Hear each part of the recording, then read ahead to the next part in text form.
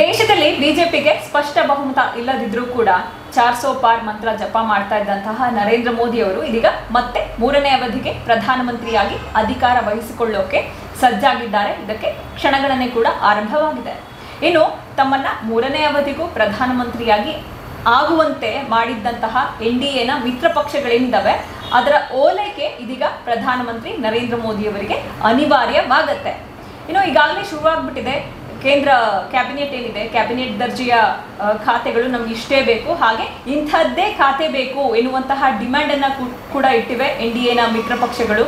ಇದು ಸಹಜವಾಗಿಯೇ ಮೋದಿ ಅವರಿಗೆ ತಲೆನೋವನ್ನ ತಂದಿಟ್ಟಿದೆ. ಇನ್ನು ಎನ್ಡಿಎನಲ್ಲಿ 16 ಮಿತ್ರ ಪಕ್ಷಗಳಿದ್ದಾವೆ. ಈ 16 ಮಿತ್ರ ಪಕ್ಷಗಳನ್ನ ಹೇಗಪ್ಪ ಓಲೈಕೆ ಮಾಡೋದು, ಯಾವ ಖಾತೆಯನ್ನ ಯಾರಿಗೆ ಹಂಚೋದು ಎನ್ನುವಂತಹ ತಲೆನೋವು ಕೂಡ ಎನ್ನುವಂತಹ ಸಂಕಷ್ಟ ಕೂಡ ಇದೀಗ ಮೋದಿ ಅವರಿಗೆ ಎದುರಾಗಿದೆ.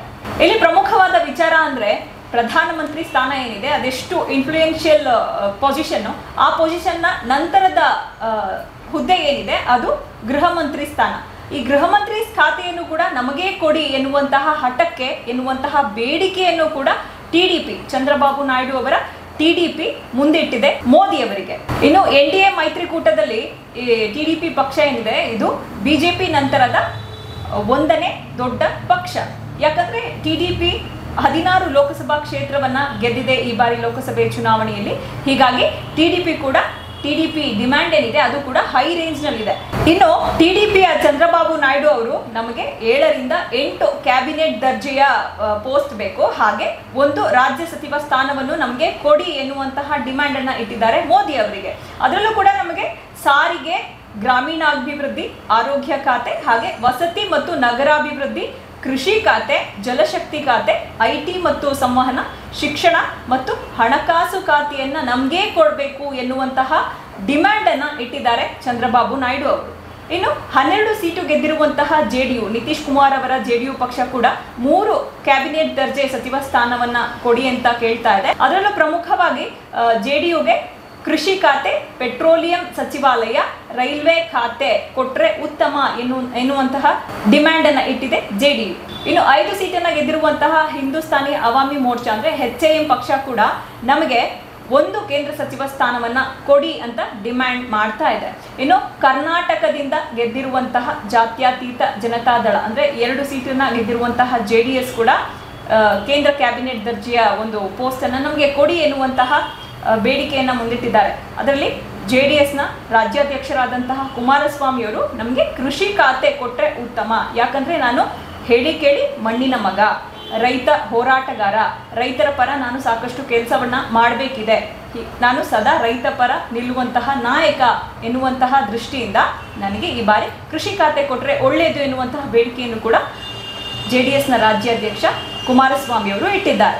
ಇನ್ನು 7 ಸೀಟು ಗೆದ್ದಿರುವಂತಹ ಮಹಾರಾಷ್ಟ್ರದ ಶಿಂದೆ ಬಣದ ಶಿವಸೇನೆ ಕೂಡ ಒಂದು ಕ್ಯಾಬಿನೆಟ್ ದರ್ಜೆ ಖಾತೆ ಮತ್ತು 2 ರಾಜ್ಯ ಖಾತೆಗೆ ಬೇಡಿಕೆಯನ್ನ ಇಟ್ಟಿದೆ.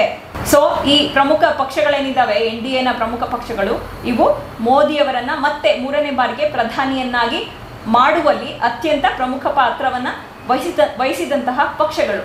ಸೊ ಹೀಗಾಗಿ ಈ ಪಕ್ಷಗಳೇನಿದ್ದಾವೆ ಪಕ್ಷಗಳ ನಾಯಕರು ಕೂಡ ನಮಗೆ ಇಂಥದ್ದೇ ಬೇಕು, ಇಂಥದ್ದೇ ಖಾತೆ ಬೇಕು, ಇಷ್ಟೇ ಕ್ಯಾಬಿನೆಟ್ ಪೋಸ್ಟ್ ಬೇಕು ಎನ್ನುವಂತಹ ಡಿಮ್ಯಾಂಡ್ ಅನ್ನು ಮಾಡೋದು ಸಹಜ.